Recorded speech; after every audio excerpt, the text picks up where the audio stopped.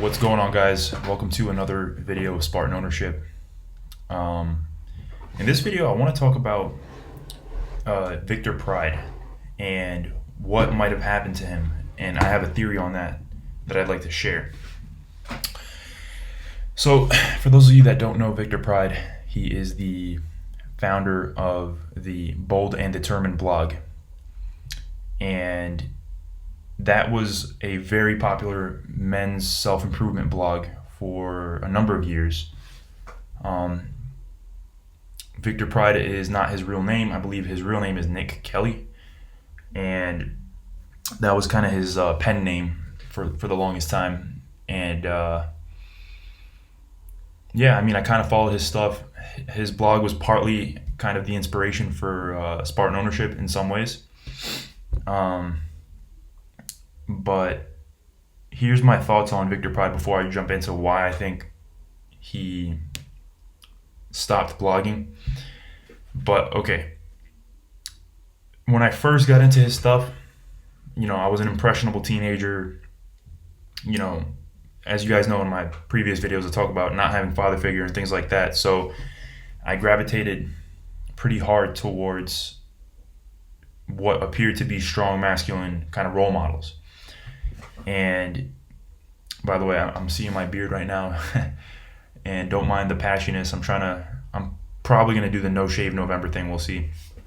But anyway, so I was pretty impressionable, and people, when they speak with a lot of confidence and certainty, I think we're wired to follow that. I think it's like a genetic thing where, in a fast-paced survival environment, the person who speaks with the most amount of certainty is probably who you're going to follow. You're not going to follow the person that is constantly second-guessing himself.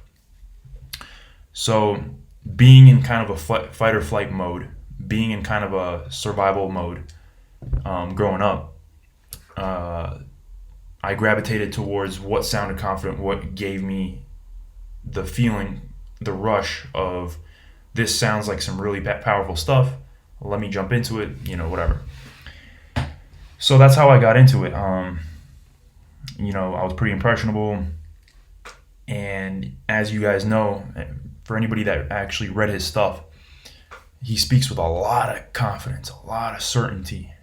He has this his blog is called Bold and Determined. So his whole way of speaking is bold and determined. It's very, these are the 33 ways to do this. And he'll give you really just law. Like the way he speaks, it comes off as law. So I feel like a lot of guys, they listen to that and they're like very impressed by that. Because in a world of all this chaos, all this information overload, when somebody speaks with that much certainty, it gives you a feeling of security. This is partly why I believe people gravitate towards certain fundamentalist religions, because it's almost like they don't have to do any more thinking. They could just jump into this thing, and if the Bible says it, then that's it. Or if the Quran says it, then that's it. Whatever. So eventually I started kind of doubting some of his stuff, and some of it came off as really cringy to me. Also, I didn't like how little humility he had. His name is Victor Pride. But yeah, a lot of his stuff is him just speaking out of his ass. He doesn't really have any real qualifications as far as I'm concerned. And yet he's talking like he knows everything on certain subjects. So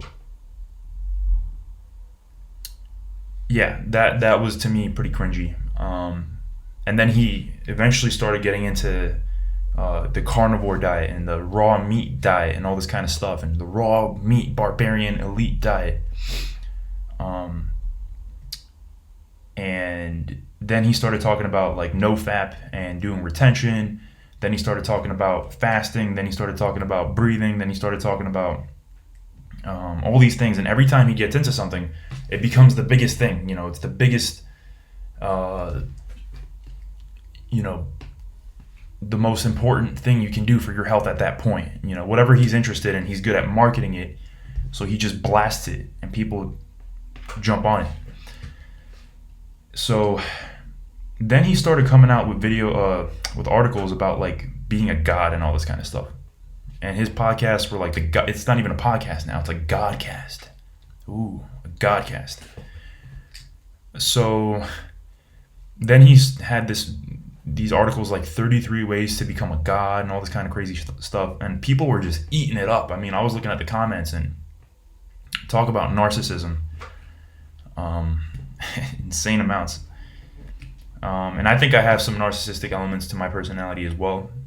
And I feel like people that have narcissism, which we all kind of do to some degree, I believe, can gravitate towards content that promises to make you this figure, you know. So anyways, that's when I started going, you know, I kind of stopped reading at when he started getting into all the God stuff, because that to me reeked of delusion. It's like, dude, you're just a blogger and you're selling fucking protein and shit like that. Why are you all of a sudden some kind of god? Like, anyways, so then his final shift was when he got into Christianity. And I remember towards the end, he was big on the carnivore diet. I think he kind of went MGTOW, you know, men going their own way. Like he kind of went off the radar and grew a beard and kind of started feeling very skeptical of society and stuff like that. And I remember he was talking about how, I don't know, he was just talking crazy stuff, very black and white thinking in a lot of his videos. I remember he mentioned, if a girl isn't thinking la la la la la, then she's not even worth your time. Essentially meaning a girl's brain has to only be this innocent thing with nothing going on in it. Like, just really black and white thinking. You know, the carnivore diet is the only diet for human beings. You know, shit like that. And it's very black and white, basically. So, anyways, what ended up happening? So he got into Christianity. He got into some kind of Protestant version of Christianity. And he told the story on his podcast as to why he got into that. And then he started denouncing all the other stuff he was talking about, which is interesting because he spoke with so much certainty when he had those ideas, and now he's like totally throwing it out, you know. And he even denounces his name, Victor Pride, you know. Now he's Brother Nicholas, you know. So yeah, he got into some kind of Protestant version of Christianity, and essentially, yeah, just started completely blasting his own content, saying that it's all demonic bullshit, and how now he's, you know, fasting and talking to Jesus and all this kind of stuff and talking in tongues, and it's pretty much getting into that really crazy Protestant shit. And as you guys know, I'm a big fan of Nassim Taleb, and he talks about how people that gravitate towards Protestant religions, typically, not all of them, obviously, I'm not trying to completely blast Protestants, but I'm just saying that there is a tendency in that community to take the Bible too literally. Like, they don't know how to read between the lines, and they completely throw out the importance of tradition and church and orthodoxy. And that's like Catholicism, Orthodox. And I believe it says in Christianity that the church is the bride of Christ or something like that. So essentially what it's supposed to mean, from my interpretation of it, is that the church is supposed to be a partner of the Bible. It's not a perfect partner, but essentially it's necessary. So if you take like Catholicism and Orthodoxy, thousands of years of tradition, it might not be perfect, but there's a lot of wisdom in the traditions that have accumulated over time, and it's supposed to serve as a complement to the Bible. and a way to help you interpret the teachings of Christ. So if you just completely throw that out and you just interpret the Bible very literally, it's kind of stupid, because you're basically throwing out thousands of years of human interpretation, tradition, and dogma, which is associated with a very bad word nowadays, with a very negative meaning, I should say. But dogma is essentially, like, from what I understand, it's like a teaching that you would follow blindly. That may not necessarily make sense, but there's a lot of wisdom in following things blindly, and that's something I've been struggling to realize. But there's so much wisdom in following things blindly. You don't need to understand exactly why stealing is wrong in order to follow the commandment of not stealing. Like, you might be a 10-year-old kid and you might want something in the store and you might think, no one's going to find out. But if you follow that commandment blindly, you'll get the benefit. Because if you don't follow that commandment and you think there's nothing wrong with it, then you'll do it and you might get your fucking hand chopped off, or you might go to jail, or you might. And it's the same thing with, like, marriage. In religion, oftentimes there's this emphasis on celibacy until marriage. And whether you believe in that or not, there is probably some benefit to doing that. If you can do that and you can follow that commandment blindly, you might avoid so many of the pitfalls that a lot of people go through when they engage in too much casual sex. It can end up in STDs. It can end up in psychological trauma, especially for women.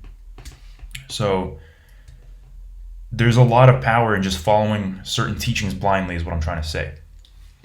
And that's what a lot of the Orthodoxy, Catholicism, these old traditions, they help you do that. But Protestantism is kind of interpreting things blindly, but it's so one-sided that it's just ridiculous. I mean, I saw a preacher the other day. He's pretty well known on YouTube, and he's like some big Protestant teacher down in the South somewhere in the U.S. And he thinks that every single person that's not heterosexual should be executed. And of course, he is a Protestant guy that just reads the Bible. He says it in the Bible. A man layeth with mankind should be stoned or something. So that's it. Every single person should just be murdered if they have any kind of homosexual tendencies. It's like, that's ridiculous, So a church would help you make the distinction. So that was all to say that I believe if you're going to go Christian, maybe it's better to look into the old traditions instead of just this naive Protestant movement we have going on. But it's also to say what I believe is my fundamental theory on Victor Pride, which is this.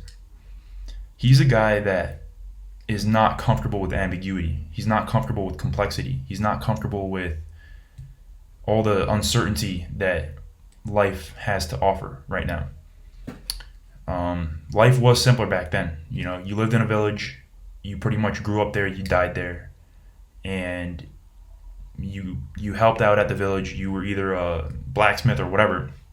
Life was a lot simpler. It was probably tougher, but it was simpler. You didn't have to think as much.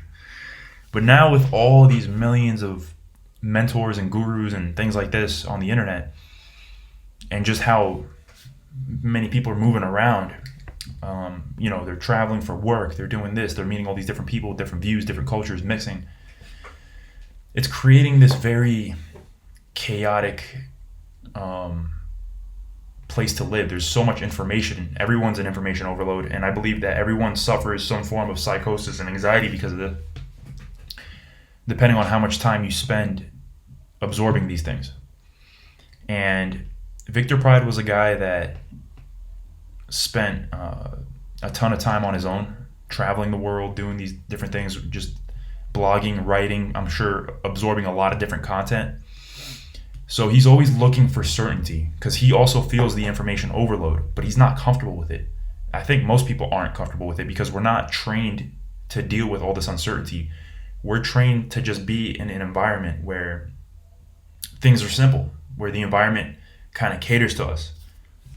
And that's becoming harder and harder to find, for good and for bad. But the point is, we're not trained to deal with all this complexity. That's why Nassim Taleb's work is so powerful, because it helps you understand better decision-making heuristics, if you want to call it that, to navigate all this complexity. So he wasn't comfortable with that. I'm not comfortable with that. No one is. And him being human, he gravitated towards certainty. You know, he described his awakening as him going to some kind of event. There was some, some really religious people there. And I think he said someone like grabbed his head and like started uttering like prayers and sayings and stuff like that. And he said he felt really good the next day and all this kind of stuff. And that was kind of what led him to go, okay, let me explore this thing. And then he started, I guess, attending church or whatever it is that community had to offer. And then he just latched onto it, because I think he was suffering from like a sort of information overload psychosis, if you will, where you just lose touch with reality because you're so confused. You're going through a constant existential crisis. And Victor Pride was a very idealistic person. You know, he had this very strict view of how the world should be, you know, or at least he wanted something like that. He wanted a very strict sense of self. And when he found that community or whatever, I don't know the exact details, but when he found that thing, he just jumped on it. And he was like, okay, finally, I finally have this thing that I can just latch onto. So I don't think it's, some of you might be turning Christian because of him, which, whatever, I'm not saying that's bad. But I just want you to understand that it's not necessarily time for all of you guys to become some kind of Protestant, crazy gung-ho religious Christian guy.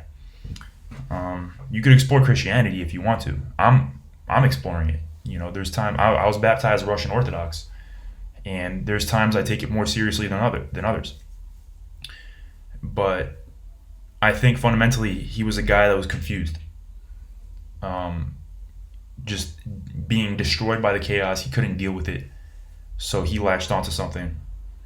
And what I'm inviting you guys to do is to learn how to accept and embrace the chaos. Learn how to be okay with not understanding what the fuck is going on.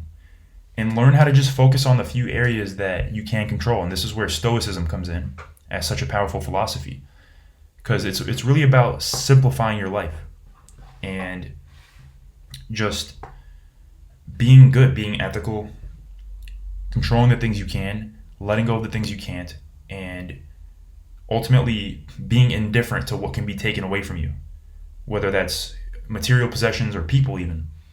It doesn't mean you don't have any loyalty to people or that you don't enjoy luxury and wealth and things like that. It's more that you're just aware that these things can be taken away by fate, and you mentally prepare yourself every day to do that.